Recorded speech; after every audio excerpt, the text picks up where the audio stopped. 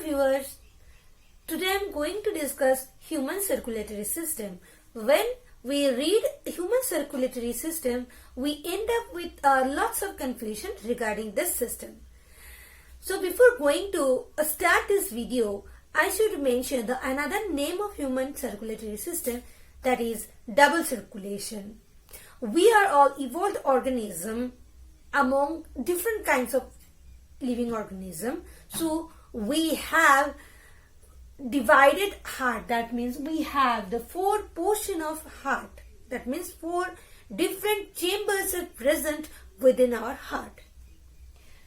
So right atria, right ventricle, left atria and left ventricle.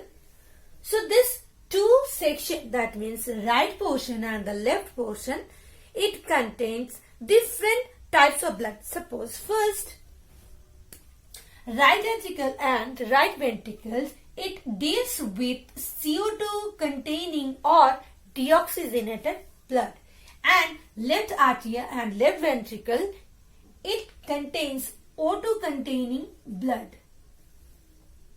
That means oxygenated blood. Here 2 different circulatory systems are present. One is systemic circulation and another is pulmonary circulation. Systemic circulation means it connects with the whole body, obviously except the lungs, and the lungs, it connects with the pulmonary circulation. That means the circulation that exists within the lungs. So first of all, what had happened? From lungs, the O2, that means we are always doing expiration and inspiration. That means inspiration and after that expiration. So during inspiration, we are taking the oxygen from outside, that means from atmosphere, to get inside our system. And during expiration, we are exhaling, we are taking out our CO2 that is produces within our body as waste product. So we are removing through expiration CO2 from our body from inside to outside. That is from inside our body to atmosphere. So first step, lungs, as it is doing inspiration and expiration as well. So lungs, from lungs obviously O2 containing, first of all, O2 containing blood. O2 containing blood is coming to LA, that means left artery. Okay, fine. O2 containing blood coming to left artery. Just different incident happens in right artery. From body, CO2 containing blood is coming to right artery. So why O2 containing blood is coming to LA and CO2 containing blood to RA, I should mention here. Lungs, it is doing inspiration and expiration. That is why during inspiration, O2 containing blood, it transported the blood to LA. But in our body, that means except the lungs, the body cells, the tissues, always they are doing metabolism. So due to metabolism, that means the respiration, due to respiration, O2 has been used by the cells or the tissues of our body. That is why after respiration, CO2 is produced as waste product. So the CO2 amount, the concentration of CO2 is more in body in comparison to lungs during inspiration. So CO2 containing blood, that means the deoxygenated blood, is transported to RA. Now the RA, next step is RA transport it to RV. Okay, and LA, it transport the O2 containing blood to LV. And the next step is the vital step. What will happen? Now RV containing the CO2 blood, what it needs to, it should be purified. That means the blood that is present in RV, it contains CO2. in higher amount, and the LV that contains the blood which has O2 in high amount. So body always need O2 containing blood because it runs respiration or the aerobic respiration. As we are aerobic organism, we always do aerobic respiration. So during aerobic respiration, O2 acts as a last electron donor or acceptor, as accepted. So always body demands the O2 containing or the oxygen containing blood.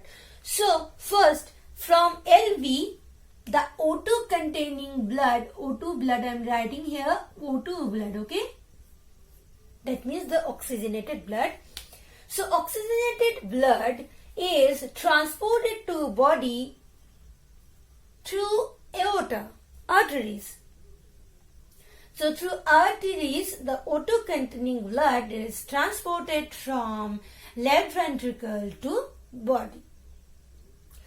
And the CO2 containing blood that is produced after respiration, it is transported to RA through vena cava or the veins of systemic circulation.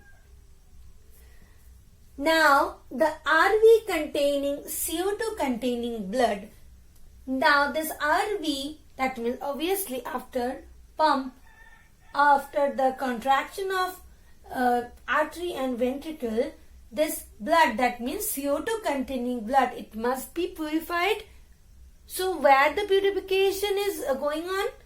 In lungs. So after pumping of the heart from RV, that means from right ventricle, the CO2 containing blood is going to lungs for purification. I should mention here purification. Purification, how it purifies the blood. See, CO2 containing blood is now going to lungs. Here the expiration is going on and also altogether inspiration. So during inspiration, O2 enters into lungs. So O2 containing his blood is first of all transported to LA through pulmonary veins. So it contains the O2 containing blood, and the RV that contains the CO2 containing blood, that is transported to lungs. So it purifies the CO2 containing blood. That means it removes the CO2, and after removing the CO2 from the system of, that means blood circulation, blood purification is done. So the CO2 is now came out from our lungs during expiration. So the function of lungs and the function of heart both are connected, because all these events are involved in the purification of blood and also the circulation of blood throughout our body. So in systemic circulation, veins are involved in transportation of deoxygenated blood. But just opposite happens in lungs. Here the pulmonary veins are involved in O2 containing blood. That means it transports O2 containing blood, whereas the vena cava, that is veins of systemic circulation, it transports CO2 containing blood. And for arteries also, just opposite system. For systemic circulation, arteries transport O2 containing blood, but for pulmonary system, the pulmonary artery transport CO2 containing blood from right ventricle to lungs. So all this happened in human circulatory system, and lungs, heart and our body, that means the rest of our tissues are involved in all these events.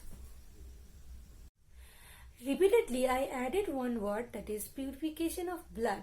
So the purification of blood means the exchange of O2 and CO2 that actually occurs within the lungs.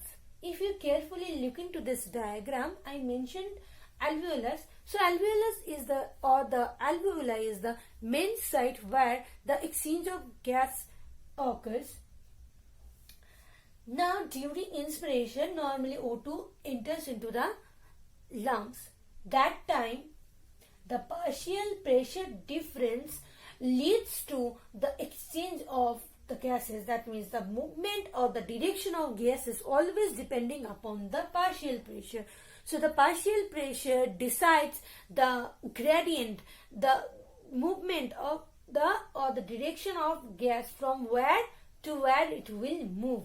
That means during inspiration, the partial pressure of oxygen here, that means the alveolus, PO2 is 100 here during inspiration, as because though O2 is normally now getting to the lungs, that means the alveoli.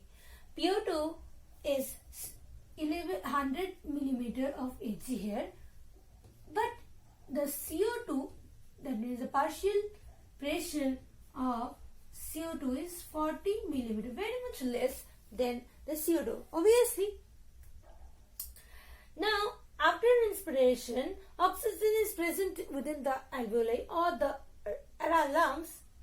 Deoxygenated blood always carried out by pulmonary arteries. So pulmonary arteries contain deoxygenated blood. The name itself signifies that the CO2 amount is more in P artery, that means pulmonary artery, and in pulmonary veins just opposite, the O2 is more in pulmonary veins and the CO2 is less in pulmonary veins.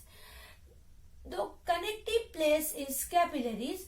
Capillaries are present within the body of the lungs. So it is the main connecting junction point from where the oxygen and CO2 exchange occurs. Now in capillaries, the partial pressure of oxygen is less. That means PO2 is here, PO2 is 100 and PCO2 is 40. If you follow the deoxygenated blood which connected through this capillaries, it contains the PCO2 is here 40. That means the difference 100 in alveoli and the artery contains 40. So obviously the direction will like this, that means CO2 always enters to alveolus to the capillaries or the arteries that contains the deoxygenated blood. It is one event. Another event, if you carefully follow the pressure of CO2, that means CO2 is 46 and the partial pressure of CO2 is here 40. That means the partial pressure of alveolus is 40. So from artery, deoxygenated blood, from deoxygenated blood, CO2 will leave the artery. That means whenever the CO2 leaves the artery, the amount of CO2 is less. Now from artery to capillary and from capillary to during inspiration, CO2 is going out. So O2 enters to the alveolus, then it is diffuses to the capillaries and then pulmonary veins, that means the oxygenated blood, and from deoxygenated blood, CO2 leaves the capillaries to alveolus and then outside the lungs. So all events are based upon one thing, that is partial pressure difference.